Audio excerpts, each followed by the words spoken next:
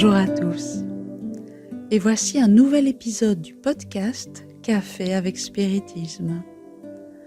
Aujourd'hui, nous vous présentons les réflexions de William Jacob sur un message de l'Esprit Emmanuel psychographié par Chico Xavier, intitulé Révision et réajustement, publié dans le chapitre 4 du livre Rencontres prédestinées.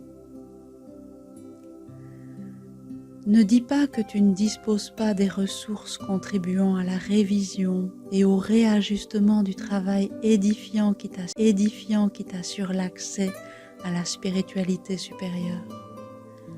Attache-toi surtout à réfléchir à la bonté de la providence divine, qui non seulement accepte tes vœux d'amélioration, mais te concède également les bienfaits du temps, rappelant d'une certaine manière l'organisme bancaire généreux quand elle te finance dans certaines entreprises et réforme tes engagements en fonction de tes nécessités. Tu as interrompu l'ouvrage qui te liait à un groupe de compagnons attachés à diminuer la souffrance d'autrui, mais si tu te décides à renouer avec la bienveillance, tu peux parfaitement adhérer à une autre équipe ou former un autre groupe de personnes destinées au travail béni du service à son prochain. Des désillusions ont peut-être détruit le recoin où tu cultivais les premières pousses de l'espérance et de la foi vive.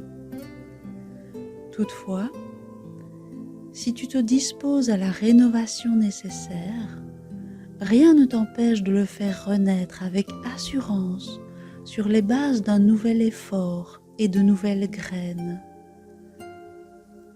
Il est possible que l'assaut d'adversaires gratuits ait suscité en toi des réactions qui, de manière imprévue, te placent dans une situation d'incompatibilité avec les idées nobles que tu professes. Mais si tu cherches la sublimation de tes propres sentiments, à travers plus de compréhension et plus de tolérance, tu récupéreras sous peu toutes tes forces, aussi bien pour l'acceptation de leurs critiques que pour un profit au bénéfice de tes réalisations. Les blessures intérieures refroidissent probablement ton enthousiasme dans la plantation de la vérité et du bien. Si tu veux les oublier, en pardonnant à tes ennemis et tes opposants avec sincérité, tu découvriras vite de surprenants moyens de réacquérir la confiance dans le succès des charges que la vie t'a déléguées. Erreurs commises et offenses inattendues, contradictions et discordes, contretemps et dégoûts surgissent devant nous, du point de vue humain, comme étant des invitations à l'inertie. Mais dans l'essence, pareilles luttes sont des épreuves justes et indispensables, équivalent à des consultations du plan spirituel concernant notre capacité de dépassement de nos propres faiblesses, en examinant notre degré d'humilité, de compréhension, l'amour et de foi. Ne prétends pas être en possession de qualités parfaites, ce qui présupposerait que tu es déjà arrivé au niveau des anges. Nous sommes tous, pour le moment, des esprits imparfaits dans les situations évolutives du travail qu'il nous revient de développer et de compléter. Nous nous sommes trompés, corrigeons-nous. C'est en se trompant que nous embrassons la correction. Soyons convaincus devant la miséricorde de Dieu que chaque jour est le moment de progresser, d'apprendre, d'améliorer et de rénover. Les amis, cela fait longtemps que nous enregistrons des épisodes sur les chapitres des livres que nous lisons et nous en choisissons quelques-uns pour réfléchir ici avec vous. Le livre Rencontres prédestinées nous a offert beaucoup de sujets d'étude.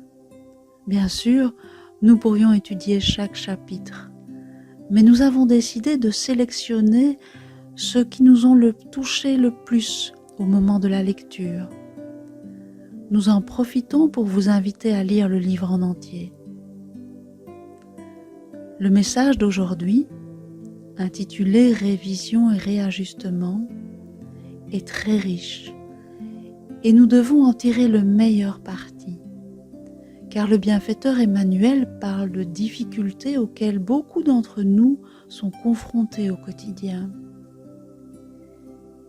Il nous a fait penser à Jésus lorsqu'il a dit « Vous aurez des tribulations dans le monde, mais prenez courage, j'ai vaincu le monde. » Jean, chapitre 16, verset 33.